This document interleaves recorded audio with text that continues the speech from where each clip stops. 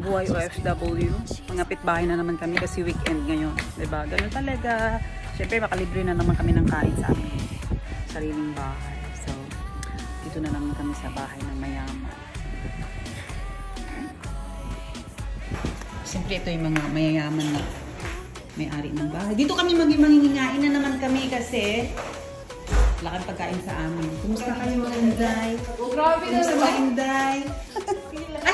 Ayun ang pinakamayaman talaga, oh. Ayaw nila magpa-focus ng mga R&B. So, yun na nga, guys. Dito kami makikain since weekend. So, makalibre kami ng luto and everything sa aming house. So, sila talaga mayayaman. So, dito kami makiki-lunch. Mayayaman. Ay, di ba? Ganda ng bahay nila, oh. Di ba sila naka-ready? Ano ba yun?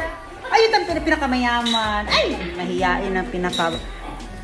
Wave naman na sa mayaman na kumain. Mayaman na kumain.